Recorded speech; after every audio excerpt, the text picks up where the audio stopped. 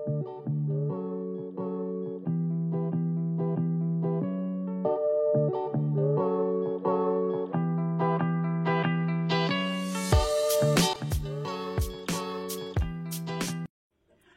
merhaba. Bugün sizlerle görmüş olduğunuz gibi yeni bir altıgen motif çalışması yapacağız. Altıgen hırkalarınız için örnek çalışmasıdır. Kanalımda bitmiş olan hırka çalışmalarından yola çıkarak sizler de bu modeli hırka olarak tamamlayabilirsiniz. Rahatsızlığımdan dolayı sesim biraz kötü, o yüzden kusura bakmayın. 2 hafta olmasına rağmen hastalığım hala geçmedi. O yüzden bu şekilde video çekmeye çalışıyorum. Motifimi yaparken koton ipler kullandım. Ayrıca burada 4 mm tığ kullanarak yaptım. Benim kullanmış olduğum koton ip birazcık kalın bir koton ip. Sizler tabii ki Alize Cotton Gold'la da yine 4 mm tığ kullanarak biraz daha böyle salaş yapıda motifinizi çalışabilirsiniz. Videoda örnek çalışmasının yanı sıra kol birleştirmesini, ayrıca nasıl hırkaya devam edebileceğinizle ilgili fikir veriyor olacağım. Hazırsanız ve hemen aşağıdaki abone ol butonuna bastıysanız hemen yapımına başlayalım. Motifimize başlarken şöyle her zamanki gibi tığıma başlangıç ilmeğimi attım. 1, 2, 3, 4, 5, 6 tane zincir çektim. İlk zincirin içine batıyorum. Buradan bir ip aldım. Şöyle tığımdaki ilmekten kaydırma yaparak küçük bir halka oluşturdum. Hemen şöyle 1, 2, 3 zincir çektim. Halkamızın içine bir ikili trabzan yapıyorum. 1, 2, 3 zincir, tekrar 2 ikili trabzan. Şöyle ikincisi, tekrar 3 zincir, 2 ikili trabzan. Toplamda 6 tane bu şekilde ikişerli trabzan grubu yapıyoruz. Aralarda 3 zincirimiz var.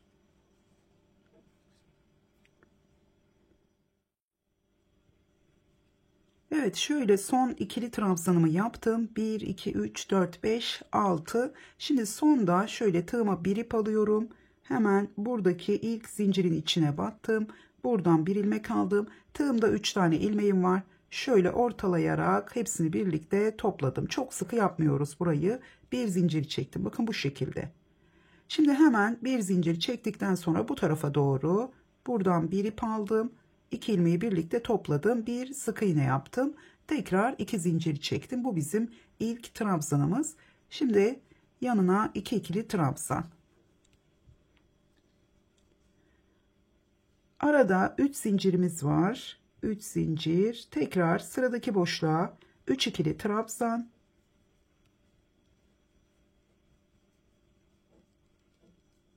Üç zincir. Tekrar 3 ikili trabzan.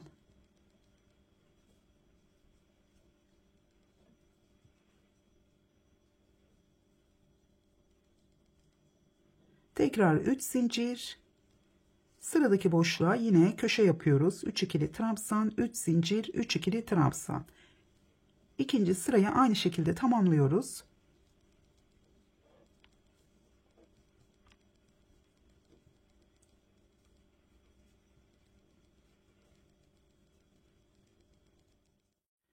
Sırayı tamamladım. Başladığım yere tekrar geldim. Burada yarım köşe yaparak başlamıştık. Şimdi burada 1, 2, 3 zincir çektim. Son köşeyi yaptıktan sonra bir ip aldım. Tekrar bu ilk boşluğun içine 3 ikili trabzan.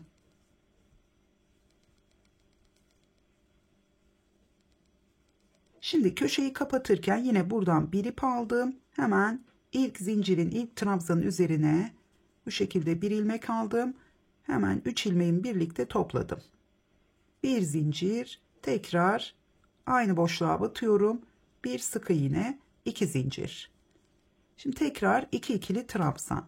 Bu sırada köşelerde ikili trabzan yapacağız. Daha sonra boşluklara 1, 2, 3 zincir çektim. Şimdi boşluğun içine 3 seferde çıkarak ikili trabzan yapacağım. Yani tığıma bir kez ip aldım. İlkinden tek, ikisini birlikte, ikisini birlikte bu şekilde topladım. Tekrar bir ip aldım. İlkinden tek, ikisini birlikte, ikisini birlikte. Sadece aradakiler bu şekilde olacak. Köşeler her zaman ikili trabzan, yani 2 kere de ilmekleri topluyoruz. Tekrar 3 zincir çektim. Köşeye geliyorum. Şöyle ikisini birlikte, ikisini birlikte. Bu her zaman bu şekilde ilerleyecek. Şöyle 3 ikili trabzan yaptım. 3 zincir. Tekrar 3 ikili trabzan.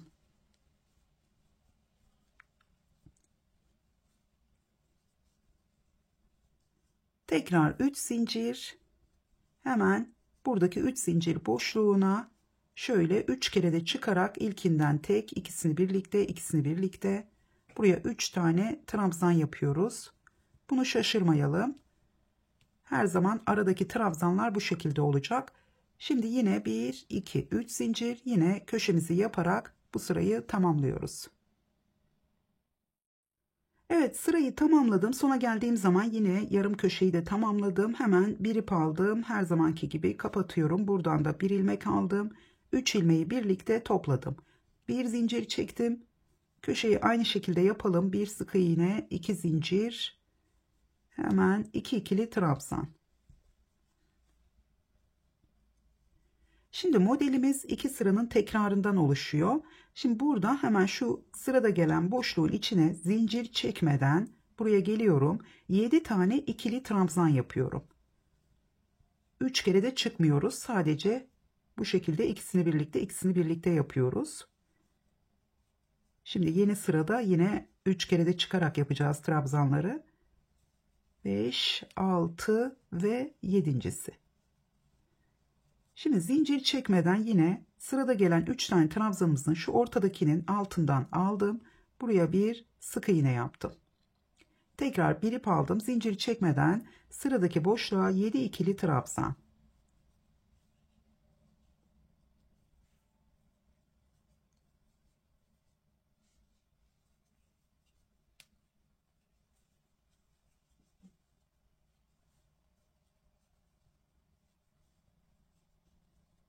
Şöyle 6 ve 7.'si. Şimdi tekrar zincir çekmeden köşeye, burada alttan almıyoruz. Hemen köşeye geliyorum. Yine 3 ikili trabzan, 3 zincir. Özellikle bu sırada köşelerde zincirlerimizi biraz böyle gevşek çekelim. Gerginlik oluşmasın. Hemen 3 ikili trabzan daha yapıyorum. Tekrar zincir çekmeden bir ip aldım. Sıradaki boşluğa 7 ikili trabzan. 2, 3, 4,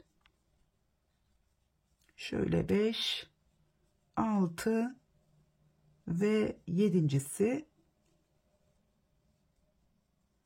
Yine zincir çekmeden hemen bu ortadaki trabzanın altından aldım ve bir sık iğne yaptım. Bu şekilde bu sırayı tamamlıyoruz. Yine burada 7 tane ikili trabzan, zincir çekmeden köşeye devam edeceğiz.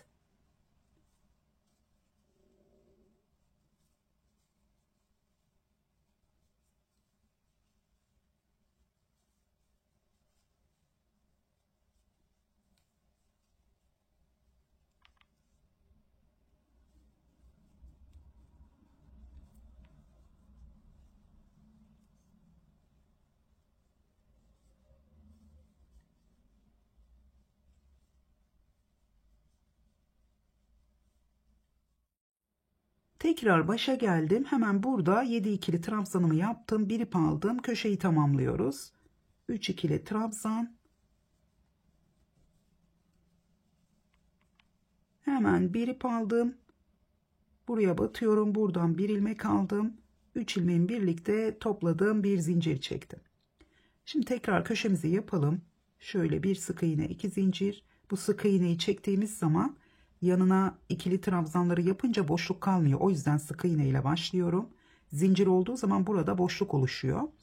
Şimdi burada hemen ilk sıranın, yani bu trabzanları yaptığımız ilk sıranın tekrarını yapacağız. Yine 3 zincir. 3 zincir çektim. Burada 2 tane trabzanı bırakıyorum. Şöyle arkadan 3. trabzanın arkasından bu şekilde ilmeğimi aldım.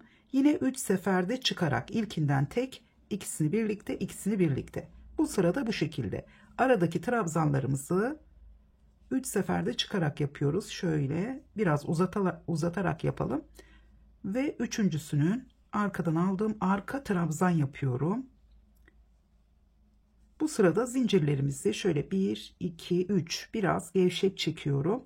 Tekrar bir ip aldım. Hemen buradaki yedili grubumuzun yine 3. trabzanın arkasından bu şekilde aldım. Sırasıyla 3 trabzan yapacağız.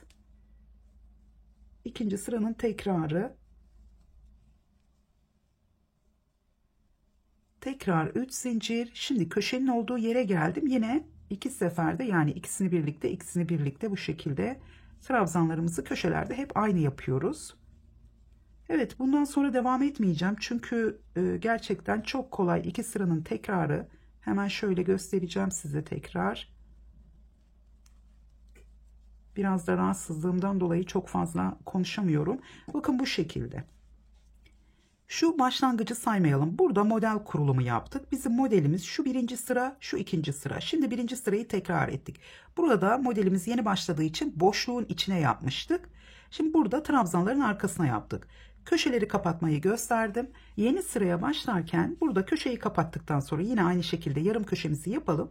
7 tane ikili trabzan buradan alacağız. Buraya bir sık iğne. 7 ikili trabzan, buraya bir sık iğne. 7 ikili trabzan, köşelerden önce sık iğnemiz yok. Direkt köşeye geçiyoruz.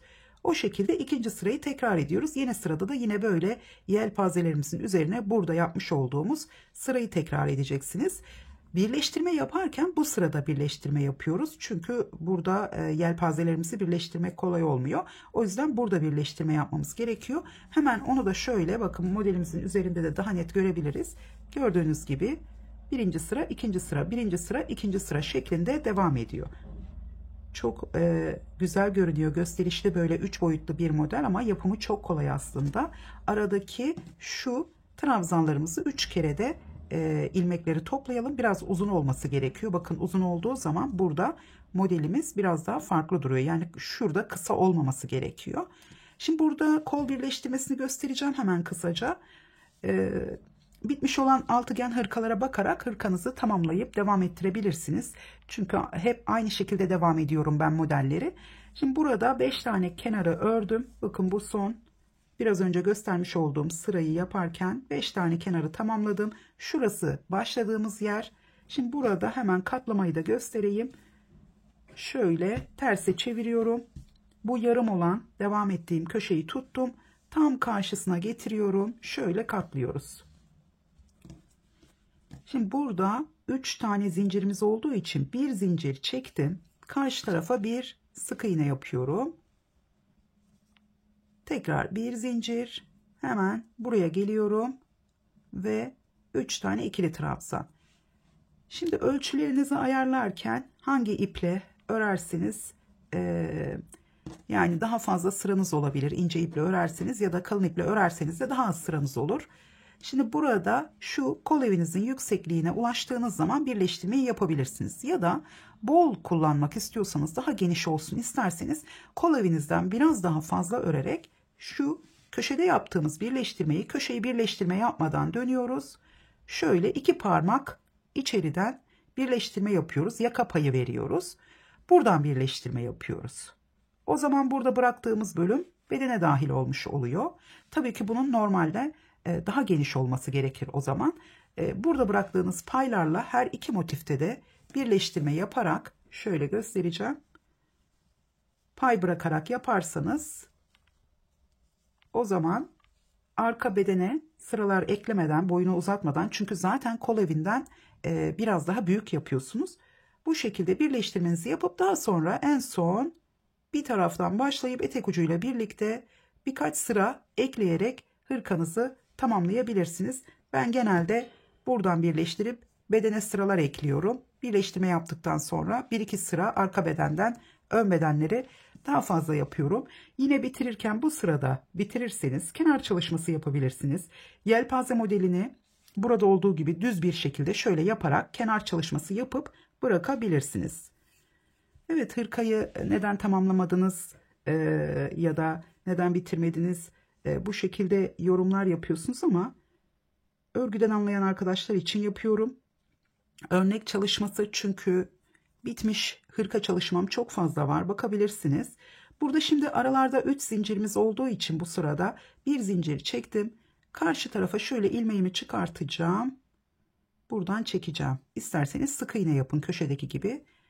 Bu şekilde bir zincir, tekrar bir zincir daha çektim. 3 zincir olduğu için hemen burada geliyorum. 3. trabzanın arkasından 3 kere de çıkarak buraya 3 tane trabzan yapıyorum. Üçlü trabzan oluyor aslında ama 2 kere ip almadığımız için o şekilde de söylemiyorum. Evet, şimdi tekrar bir zincir, ilmeğimi çıkardım. Bu taraftan direkt sık iğne yapıp ilerleyebilirsiniz. Tekrar bir zincir. İlmeği çekip bir zincir çektikten sonra bir zincir daha çekiyorum. Tekrar buraya geliyorum. Hemen 3 tane trabzanımı yapacağım. Kol birleştirmesini yaptığınız zaman da modeli kolaylıkla devam ettirebilirsiniz. İsterseniz kısa kollu da bırakabilirsiniz. Motifinizin ölçüsüne göre yine bir zincir çektim. Buradan geldim. İlmeğimi çektim. Ve bir zincir daha. Şöyle son kez yapalım. Köşenin birleştirmesini göstereceğim başladığımız yerde.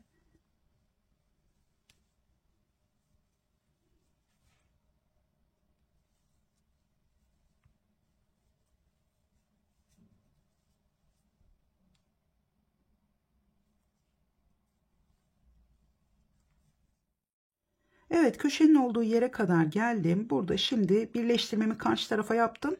Hemen buradan bir ip alıyorum. Yine burada bir zincir daha çektim. Köşeye geliyorum. 3 ikili trabzan. Yarım köşemizi tamamlıyoruz. Sadece burada kapatırken biraz daha farklı kapatıyoruz. Şöyle. Şimdi burada hemen şu ilmeğimi çıkardım. Bu köşenin içinden ilmeğimi çekiyorum zincir çekmeden. Tekrar bir ip aldım. Yine zincir çekmiyorum. Hemen buraya şöyle battım. Buradan bir ilmek aldım. 3 ilmeği birlikte toplamıyorum. Şöyle biraz ilmeklerimi küçülttüm. Bu tarafa doğru bir ikili trabzan yapıyorum. Tam şu köşede bitirmek için, bakın uzatıp burada bitirmek için ikili trabzan yapıyorum. Bir zincir çektim. Bakın buradan sonra modele aynı şekilde devam ediyorsunuz. Şimdi burada devam ederken şurada 2 tane köşe boşluğu yan yana geldiği için burada şimdi saymamız gerekiyor. Şurada yelpaze modeli yaptığımız zaman şimdi burada sık iğne yapıyoruz. Tekrar yelpaze, tekrar sık iğne. Hep her boşlukta yelpazemiz var. Dolayısıyla buraya da bir tane yelpaze yapacağız. Nasıl? 7 tane trabzan yapıyoruz. O zaman 3 3 ortaya da bir tane gelecek ya da bir boşluğa 4 tane yapabilirsiniz ya da şu açıklık kalmasın diye tam ortaya da 7 tane yelpaze yapıp buradan şöyle sık iğnenizi yapıp tekrar 7, tekrar buradan sık iğnenizi yapıp ikinci sırada da aynen bu şekilde devam edebilirsiniz. Yani çok kolay. Şöyle birleştirdiğimiz yeri de göstereyim. Bakın bu şekilde oldu. Dediğim gibi sizler sık iğne ile de birleştirebilirsiniz. Burada sık iğne yapabilirsiniz. Bu şekilde kolay bir birleştirme oldu. Ya da şu arka bedeni birleştirirken şu aralarda açıklık kalmasın isterseniz yine ilmeğinizi çıkartıp trabzanların üzerinden çekerek ya da şu ortadaki trabzanı da birleştirme yapabilirsiniz. Ben bu şekilde yapmayı daha uygun gördüm. Şimdi kol birleştirmesi de buradan aynı şekilde anlattığım gibi devam edecek. Gördüğünüz gibi motifimizi tamamlamış olduk. Bir tane daha aynısından örüyorsunuz. Şu küçük motifimi de buraya getireceğim şöyle. Bir tane daha örüyorsunuz. Ters olmayacak şekilde diğer videolara bakabilirsiniz. Modelleri, yani farklı modeller olsa da buradan beden eklemelerini nasıl devam ettiğimi görebilirsiniz. Umarım beğenmişsinizdir. İzlediğiniz için teşekkür ediyorum. Tekrar görüşünceye kadar hoşça kalın.